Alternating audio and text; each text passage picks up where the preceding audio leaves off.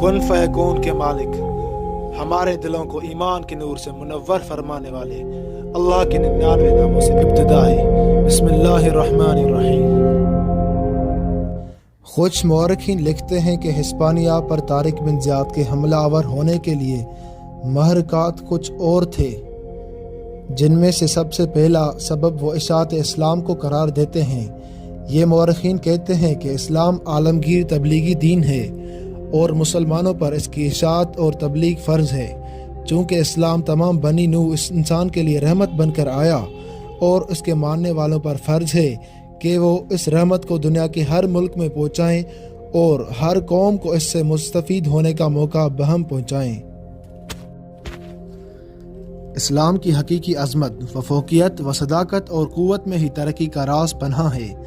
چند مورخین کا کہنا ہے کہ اسی جذبے کے تحت مسلمان پوری دنیا کے گوشے گوشے میں اسلام کی تبلیغ کے لیے پھیل گئے۔ اسی جذبے کے تحت جنہوں نے رومیوں کے شہنشاہ کیسر اور ایرانیوں کے شہنشاہ کسریٰ کی قوت کو اپنے پاؤں تلے روند رکھا تھا۔ ہسپانیہ پر حملہ آور ہونے کی دوسری وجہ مورخین جذبہ جہاد کو قرار دیتے ہیں۔ ان کا کہنا ہے کہ اسلام کی تبلیغ کی راہ میں کوشش کرنا اور اس راہ میں جو قوت بھی فراہم ہو اور جو بھی دشمن مقابلہ کرنا چاہے اس کے خلاف جنگ کا دوسرا نام جہاد ہے۔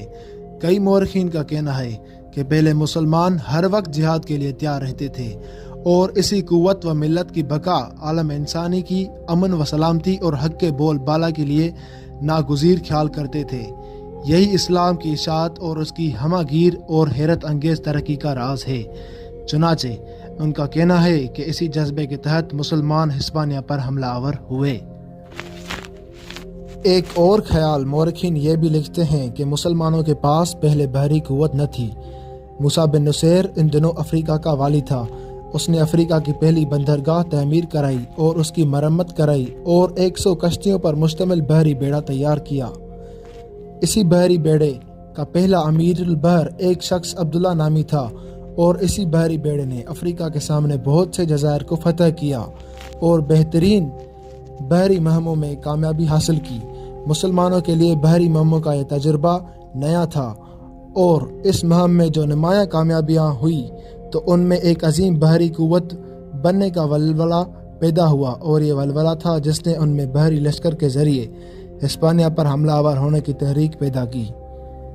کچھ مورخین یہ بھی لکھتے ہیں کہ طارق بن زیاد کے ہسپانیہ پر حملہ آور ہونے کی ایک وجہ یہ بھی ہے کہ غلام اور مظلوم لوگوں کو ہسپانیہ کے ظالم لوگوں اور کلیسا کے ظلم و ستم سے نجات دلانے کا جذبہ بھی تھا۔ وہ کہتے ہیں کہ مسلمانوں نے جب افریقہ فتح کیا تو وہاں کافی تعداد میں یہودی آباد تھے۔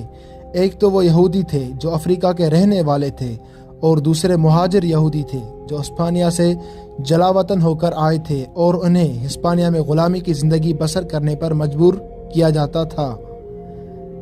انہی یہودیوں نے افریقہ میں مسلمانوں کے عدل و انصاف کو دیکھا تو وہ ہسپانیہ میں اپنی کھوئی ہوئی جائیدادوں کو دوبارہ حاصل کرنے اور ہسپانیہ جا کر پھر کوئی کاروبار کرنے کی خاطر مسلمانوں کو ہسپانیہ پر حملہ آور ہونے کے لیے اکساتے رہے۔ یہی یہودی مسلمانوں کو اپنے اور ہسپانیہ میں بسنے والے یہودی علاقوں اور مزارعوں کی مصیبتوں کا حال سناتے اور انہیں انسانیت کے نام پر ان کی مدد کے لیے آمادہ کرتے رہتے ہیں۔ لہٰذا ان یہودی غلاموں اور مظلوم لوگوں کی وجہ سے بھی مسلمانوں نے ہسپانیہ پر حملہ آور ہونے کا فیصلہ کیا۔ کچھ مورخ یہ بھی لکھتے ہیں کہ ہر وہ قوم جو زندہ اور بیدار ہو اس کے اندر کائنات کی تسخیر کا جذبہ نشو و نما پاتا ہے اور کائنات کی تسخیر کا کام وہ قوم میں انجام دے سکتی ہیں جن میں حوصلہ اور توانائی و قوت ہو۔ عرب چونکہ اس وقت ایک زندہ اور بیدار قوم تھے، اس لیے ان میں اس جذبے کا ابھرنا اور نشو و نما پانا ایک فطری امر تھا۔ اس کے ساتھ وہ مسلمان بھی تھے اور اسلام کی روح سے کائنات کی تسخیر کرنے کی کوشش کرنا مسلمانوں کا فرض تھا۔ لہٰذا اپنے اسی فطری جذبے کی تسکین اور تکمیل کے لیے بھی وہ اپنے سامنے اور سمندر کے پار کی دنیا کو تسخیر کرنے پر آمادہ ہوئے۔ ہسپانیہ پر طارق بن زیاد کے حملہ آور ہونے کی وجہ یہ بھی بتائی جاتی ہے کہ مسلمان افریقہ کو فتح کر چکے تھے۔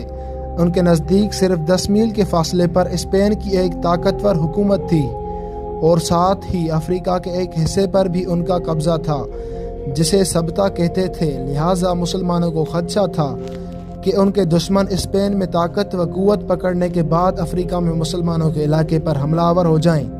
لہٰذا ان احساسات کو بھی سامنے رکھتے ہوئے مسلمانوں نے ہسپانیہ پر حملہ آور ہونے کا فیصلہ کیا۔ بہرحال ہسپانیہ پر حملہ آور ہونے کی وجہ کچھ بھی ہو، مسلمانوں نے ہسپانیہ پر حملہ آور ہونے کا فیصلہ کر لیا۔ افریقہ میں اس وقت مسلمانوں کا حاکم موسیٰ بن نصیر تھا اور افریقہ میں اس کا مرکزی شہر کیروان تھا۔ اس وقت مسلمانوں کا خلیفہ ولید بن عبد الملک تھا جس کا صدر مقام دمشق تھا۔ موسیٰ بن نصیر نے ولید بن عبد الملک سے ہسپانیہ پر حملہ آور ہونے کی اجازت طلب کی۔ جب اسے یہ اجازت مل گئی تب ہسپانیہ کے حالات، اس کی عسکری طاقت اور دوسرے عوامل کا جائزہ لینے کے لیے ایک بربر سالار طریف بن مالک کو تیار کیا گیا۔ طریف بن مالک ایک جفاکش و دلیر اور صاحب بصیرت سالار تھا۔ اسے 300 مجاہدوں کے ساتھ ہسپانیہ کی طرف روانہ کیا گیا۔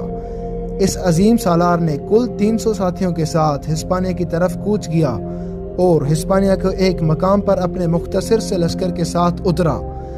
ہسپانیہ کے جس شہر پر طریف بن مالک اترا اس کا نام بعد میں جزیرہ طریف پڑ گیا۔ یہاں کامیابی حاصل کرنے اور ضروری معلومات سمیٹنے کے بعد طریف بن مالک نے اپنی کارروائیوں کو پھیلایا اور جزیرہ خضرا پر حملہ آور ہوا اور بلا کسی مزاحمت اسے بھی فتح کر لیا۔ اس طرح طریف بن مالک نے صرف 300 مجاہدوں کے ساتھ ہسپانیہ کے ساحلی علاقوں پر حملہ آور ہو کر اپنی کامیابی اور کامرانی کو یقینی بنایا۔